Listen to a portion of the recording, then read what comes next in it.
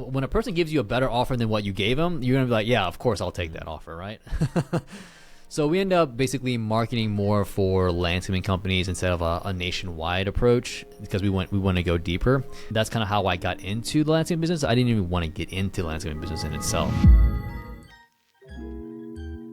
So you own two landscape companies, right? I do. How'd you get into that, and why? Why get away from real estate? Because you're very successful. You and your partner are doing very well in real estate. Why look at a landscaping company?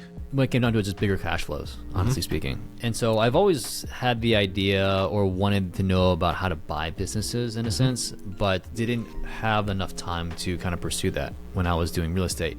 And so I guess a window of time opened up to where I could learn and where I could get mentorship. And again, I've paid a lot of money for mentorships. Paid another, I think, $10,000 to $13,000 just to get in, just to understand the lingo, understand the course, and understand like what am I getting myself into before I buy an actual business. So I actually wanted to buy a commercial kitchen hood cleaning business when I first looked into it, after doing a lot of research and all that stuff. The reason why is because it has low skill labor, is very efficient on equipment. It's like basically a scrub and some soap, detergent, and all that stuff. It's really straightforward and simple. Commercial kitchens need to be cleaned due to a regulation, right? Because it's a fire hazard, excuse me. So I actually was so niched down to where I couldn't find any businesses for sale. And so what I did was I took the real estate wholesale model and just put it into the M&A model, mergers and acquisitions. And what I did was I just went nationwide. I went to go do Facebook ads, and I started to basically run ads for sellers to come in my pipeline, since I had a network of business buyers that wanted to buy business but didn't know how to market. So I try to wholesale businesses basically at the point in time. And I did pretty well, and since I got leads coming in, I would vet them. I would basically understand their business, and then I would pass them off into this group to see who wanted to buy them. And then I partnered with some other folks too as well.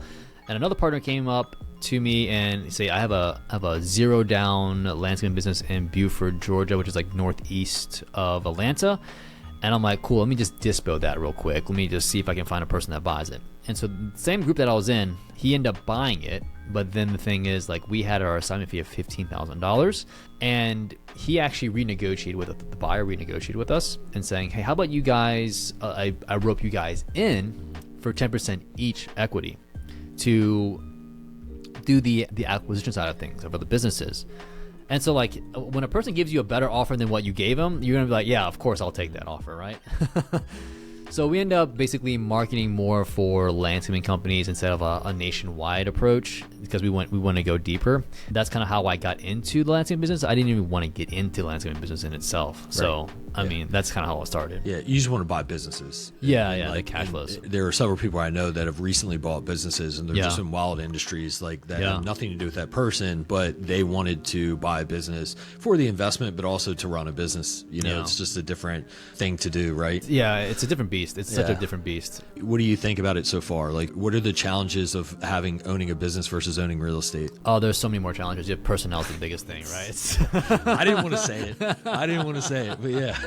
Personnel is the biggest thing, especially when you have I won't say a low-level skill labor, but it's basically cutting grass, putting down mulch. Right. And we did have a hardscaping company, so it takes a little bit, or service, I should say, it takes a little more skill. So personnel is one, marketing is another one, and then equipment was, I'd say the equipment was the second one. Yeah. Equipment was definitely huge because the margins are small, because if you're just doing maintenance, like, your equipment's like freaking $5,000 for the mower. You're like, dude, I got to cut a lot of grass to get this back.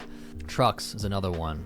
So that was another thing. And then the more you scale, the more equipment you got to buy. And then the cash conversion cycle is just longer. So now you're just fronting all this cash just for those months so that you can get that money back. So understanding like a lot of different things that an actual home service business will take is just a whole nother animal, a whole nother beast. Yeah, you look at NOI in real estate and you want to improve NOI. You look at like the NOI in a business, and there's so many different efficiencies that go into it, down to each human that you have on your team, each truck, each component of equipment and everything. And there's just like, want to do better? Invest more money and then you can do better, or hire better people or more people or different software and technologies. And then, now you have all these different licenses that you need.